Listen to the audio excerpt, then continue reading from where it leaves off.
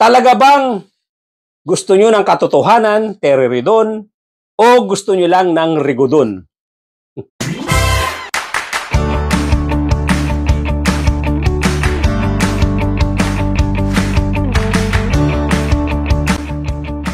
Doon po sa mga bago lang dito sa aking channel, kindly subscribe, kindly hit the notification bell, pati na rin yung like button, at paki-share na rin po para lumaki ang ating community.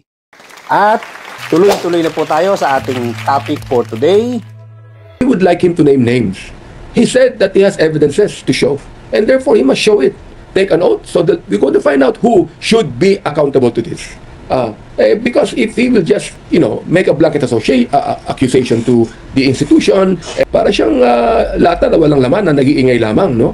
So I'm challenging him. Ibang-ibang banat niya ngayon nang nandiyan sa hearing. Ibang-iba nung nagsasalita siya nung wala pang hearing.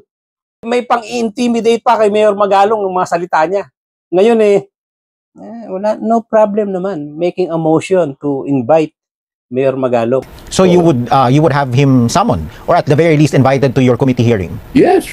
I would even suggest to Congressman Ridon, who is the chairman of the Committee on Public Accounts and the chairman of the TRICOM Committee, to extend the invitation to Mayor Magalong. Bakit ngayon? Terry Ridon. There's no problem in making a motion, but as you made a promise to me, Mr. Chair, that one day Mayor Magalong will be invited, why don't we just finish the hearing right now? We still have a lot of contractors that are waiting to be investigated, to be interpolated. So why don't we wait? Why don't we finish this first before anything else? Bakit natin binugulo itong hearing na ito samantalang marami naman naghihintay dyan ng mga contractors na very much willing to be interpolated?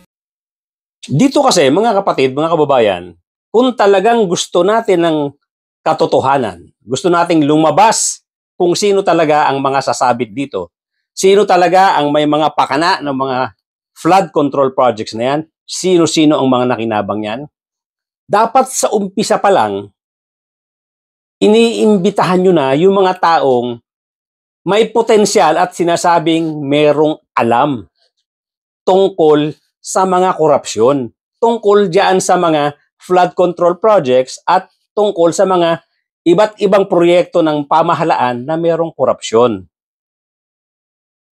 Sino ba yung sinasabi natin na taong may nalalaman at may hawak ng mga ebidensya?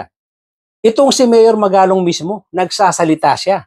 Meron daw siyang nalalaman, alam daw niya yung mga pangalan, at may hawak siyang mga dokumento. Bakit hindi natin imbitahan kaagad si Mayor Magalong na nagsasabing meron siyang nalalaman? Hindi ba? Basic na basic yan.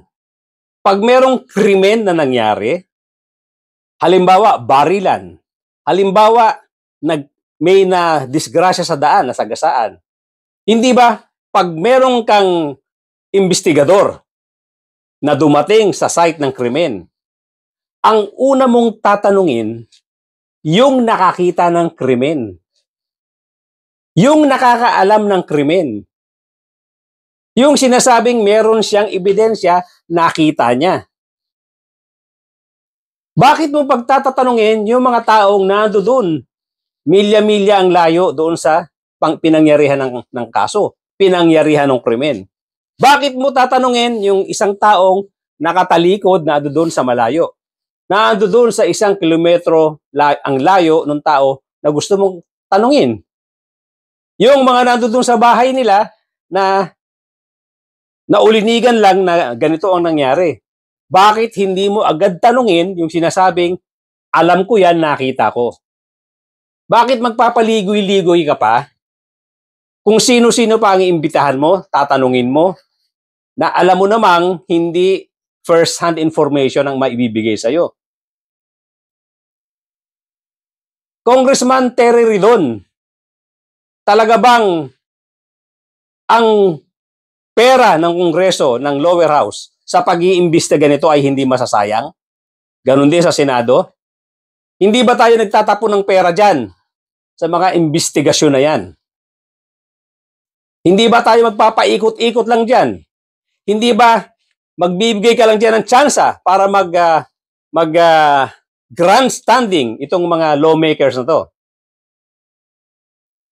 Sa lower house, tinatanong kita, Terry Ridon, hindi ba binibigyan mo lang ng tsansa itong mga congressman na gustong mag-grandstanding? Kasi, alam naman natin, matagal pa, hindi ka pa nakakapag-schedule ng investigasyon na yan, panay na ang salita ni Mayor Magalong sa telebisyon. Sinasabi na niya, ang nalalaman niya, sinasabi na niya may mga dokumento siya, may ebidensya siya at may nalalaman siya. Ang nakakapagtaka, hindi mo inuna itong hindi mo inuna itong si Mayor Magalong na imbitahan diyan sa inyong investigasyon. Nakakapagtaka yan. Talaga bang gusto nyo ng katotohanan, Terry Ridon, o gusto nyo lang ng rigodon?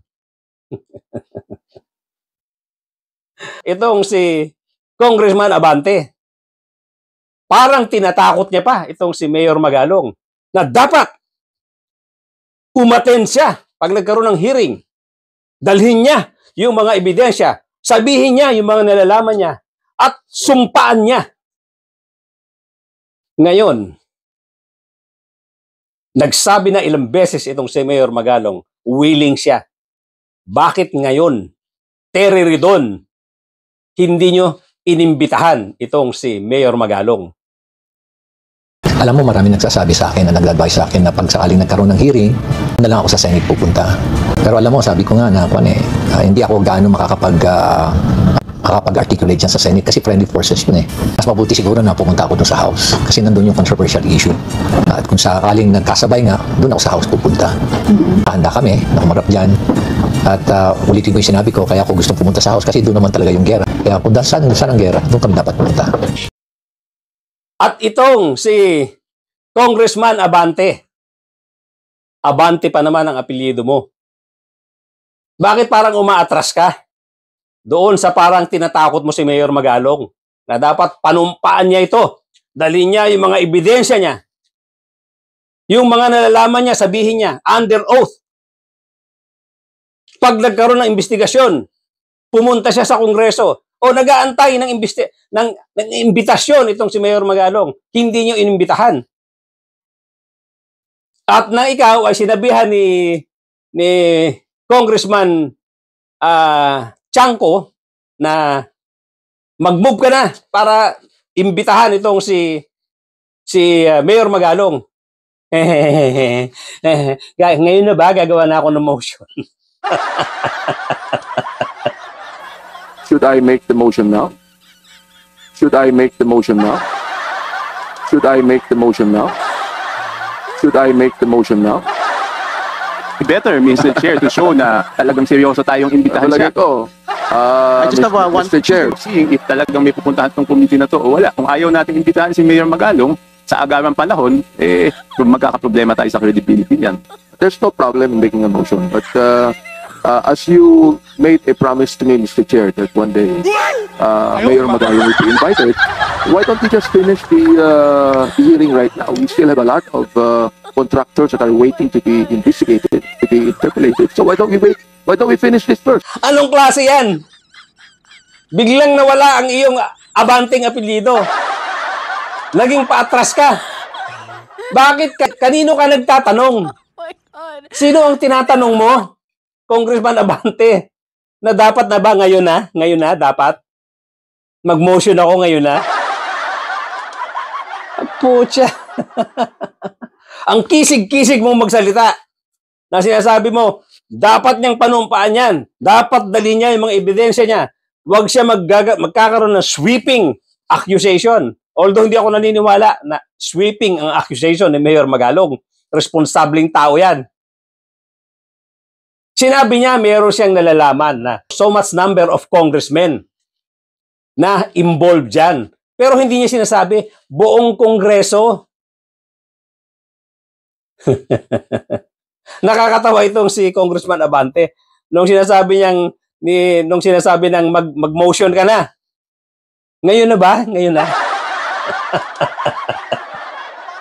Nagtatanong ka pa? Isa ka sa pinaka-senior dyan na congressman. Sino tinatanong mo? Para mag-motion ka lang. So lumalabas tuloy, meron kayong play, meron kayong plano na gusto nyong masunod diyan sa inyong investigasyon. Masyado nyong nile-layer-layer. Ayaw nyo kaagad ilabas itong ayaw nyo kaagad imbitahan itong si Mayor Magalong kasi magiging anticlimactic. Kasi pag upo ni Mayor Magalong dyan at inisa-isa na yung mga congressmen na sinasabi niyang sabit, sinasabi niya may kinalaman dyan sa mga korupsyon na yan, mawawala na yung mga epal-epal nyo. Mawawala na mga grandstanding nyo. At baka hindi yan talaga ang utos sa inyo. Ganun ba yan? Nagtatanong lang po. Yang bang investigasyon na yan? Talaga bang yan ay nanggaling sa mga puso ninyo para malaman ninyo ang katotohanan? O yan ay may plano at may utos sa inyo na sabi nga ni Mayor Magalong, excuse me for the word, moro-moro. Excuse me po sa mga kababayan nating moro na nasasagi o nasasaling natin dahil sa salitang moro-moro. Pero yan po kasi yung ginamit na salita ni Mayor Magalong. Yun po ang tanong ko, Terry Ridon. Yan ba talaga ay may patutunguhan? Yan ba talaga ay gusto nyong malaman ang katotohanan? O yan ay Terry Rigodon lang? Yan po ang tanong natin. Kasi, sinasabi ko nga kanina, kung talagang ang gusto nating investigasyon ay makahanap ng katotohanan, again, uulitin ko, yung kinikwento ko nga, kung may krimen na nangyari, ang una mong tatawagin, yung nakakita ng krimen. Hindi yung nandoon 1 kilometer away, 2 kilometers away, yung nandoon sa bahay nila. Hindi ganon. Bakit inuuna nyo yung iba't ibang mga witnesses at kahit nasabihin mo pa na nandiyan naman yung mga contractors? Yes, dapat nauuna rin yung mga contractors na binanggit ng presidente. Pero alam naman natin, Terry Ridon, yang mga contractors na yan, disusi din yan. Sususian din yan ng mga sasabit na mga legislators. At walang gagawin yan dyan kundi mag-deny ng mag-deny. So okay lang ba sa atin? Mag-aksaya tayo ng panahon dyan sa Kongreso, sa lower house, tanong kayo ng tanong, grandstanding kayo ng grandstanding, pagandahan kayo ng mga tanong. Pero ang sagot sa inyo, puro denial lang. Ayaw nyo ba mag-grandstanding? Ayaw nyo ba magtanong na ang sasagot sa inyo, diretso, straight to the point, doon sa nalalaman niya at may mga ebidensya? Yang mga contractors na yan, okay, nandyan talaga dapat yan. Pero alam natin, magdi-deny lang na magdi-deny yan. May mga magsususi dyan kung ano ang sasabihin nila, kailan sila magsasalita at kailan hindi sila magsasalita. Lalong-lalo na, alam naman natin, may mga pinagbibintangan na mga congressmen, lalong-lalo na may mga sasabit nga na mga lawmakers, magiging disusi yan. Sobrang ingat ng pagsasalita niyan. Ngayon, kung ayaw niyong mapagbintangan kayo ng publiko na yaan ay dinisign nyo para makaiwas yung mga sasabit ng mga lawmakers, dalhin nyo na kagad dyan yung nagsasabing may nalalaman. Hindi yung mag-motion ka na, ngayon na ba? Bakit nyo pahabain pa yan? Bakit sinasabi nitong si Terry Ridon in the future pa? Walang definite schedule. Walang definite schedule kung kailan niya iimbitahan itong si Mayor Magalong. Nakahang. Ganyan ba ang instruction sa inyo, Terry Rigodon, na mag-Rigodon ka muna? Ganyan ba ang instruction sa inyo? Yan ba talaga ay bukal sa kalooban mo na ginagawa mong investigasyon? O meron din nagsususi sa'yo, nagtatanong lang? Meron ba nagsususi sa'yo para ingatan nyo gagawin yung investigasyon na yan at nang maiiwas nyo yung dapat iiwas na mga tao? Nagtatanong lang po.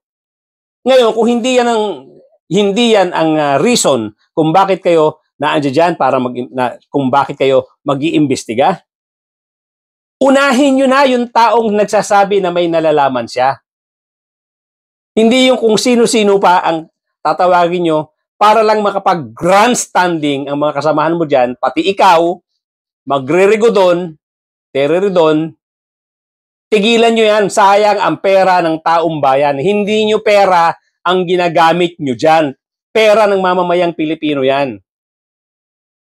As much as possible, paiksiin nyo yan. Kahit na in aid of legislation yan, gastos pa rin yan ng taong bayan. Ngayon, kung matutumbok nyo kaagad ang may mga nalalaman tungkol dyan, edi masyoshorte nyo ang investigasyon na yan. Unless gusto nyo lang talaga mag-grandstanding, bibigyan mo ng tsansa itong mga kasamahan mo dyan na mag-grandstanding, ibang usapan yan. At ibang usapan pa rin kung kayo ay sinususian. Sinususian ba kayo dyan? Kung hindi, imbitahan nyo na kagad yung nagsasabi na may nalalaman tungkol dyan. Huwag na yung paligoy-ligoy pa. Huwag nang mag-Rigodon, Terry-Ridon. Straight to the point. Walang paligoy-ligoy. Yan ang gusto ng mamamayang Pilipino. Dahil pera ng mamamayang Pilipino ang ginagamit nyo dyan. Wala eh. Wala kayong ang hirap i-justify. Ang hirap maniwala ng taong bayan sa inyo. Dahil nga, dapat maisip nyo to. Pare-pareho naman kami mga pinag-aralan dyan. Ang hirap papaniwalain ng taong bayan tungkol sa credibility nyo sa pag-iimbestiga. Pareho na rin sa Senado. Bakit nahihirapan ang mamamayang Pilipinong maniwala sa inyo? Bakit ang hirap lagyan ng credibility ang ginagawa niyong investigasyon? Kasi nga, obviously, may mga legislators na nai-involve. Hindi kayo dapat mag-imbestiga niyan. Ngayon, pwede niyong patunayan na kayo ay credible. Yun nga, yung mga may nalalaman, dalhin nyo kaagad yan. Imbitahan nyo kaagad yan. Hindi yung pa-placing kayo, nilalaro-laro nyo, minamasa-masahin nyo, ang haba ng mga gagawin yung proseso, mag-grandstanding kayo, hanggang sa magsawa ang taong bayan sa kakapanood sa inyo. Lalong-lalo na, nagkikreate na si Presidente Bongbong Marcos ng mga individual na gagawa ng trabaho na pag-iimbestiga na yan. Lalong mawawalan kayo ng credibility. Lalo na kung lalabas na yung mga pangalan ng mga legislators na involved dyan. Lalong magmumukhang tanga ang investigasyon nyo dyan. Pag na-overtake na kayo ng investigasyon na gagawin itong mga independent investigators, pag nag-umpisa na yan at naglitawan na sa investigasyon yung mga pangalan ng mga mambabatas na may kinalaman dyan, lalo kayong lulubog ang credibility diyan sa ginagawa niyong investigasyon. At lalong-lalong magagalit ang mamamayang Pilipino sa inyo. Dahil inaaksaya nyo ang oras diyan sa Kongreso, inaaksaya nyo ang pera ng mamamayang Pilipino, iniimbestigahan na nga natin ang korupsyon. Yung mga nasasayang na pera. Pero dyan sa investigasyon nyo, mag-aaksaya din kayo ng pera kung hindi lalabas ang katotohanan dyan. At lalo na kung disusi lang kayo dyan. kung ang intensyon nyo dyan ay itago ang katotohanan. Dapat dyan lumabas ang katotohanan, yung mga may nalalaman, yun ang unahin yung kausapin, imbestigahan. Hindi yung paligoy-ligoy, tereridon, hindi regodon.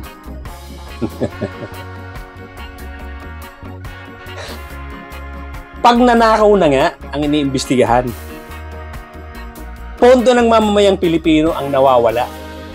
Mag-iimbestiga pa kayo na walang katuturan. Pag-aaksaya na naman ng pera yan ng mamamayang Pilipino. Hayaan nyo na ang investigasyon na gagawin ng mga independent investigators kung ganyan din lang ang gagawin nyo dyan. Hanggang dyan lang po mga kapatid, mga kababayan. Thank you so much for joining me today. At doon po sa mga bago lang dito sa aking channel, kindly subscribe, kindly hit notification bell, pati na rin po yung like button. At pakishare po natin ng itong ating channel ay lumaki, maraming makaalam tungkol sa ating mga pagsisiwalat, tungkol dito sa ating mga politiko, mga public servants, supposed to be, na hindi nagtatrabaho ng maayos para sa mamamayang Pilipino. Ang inyo pong subscription ay malaking tulong sa aming mga content creators. Kaya huwag niyo pong kalimutang mag-subscribe. Thank you so much once again, ladies and gentlemen, at magkita-kita po tayo muli.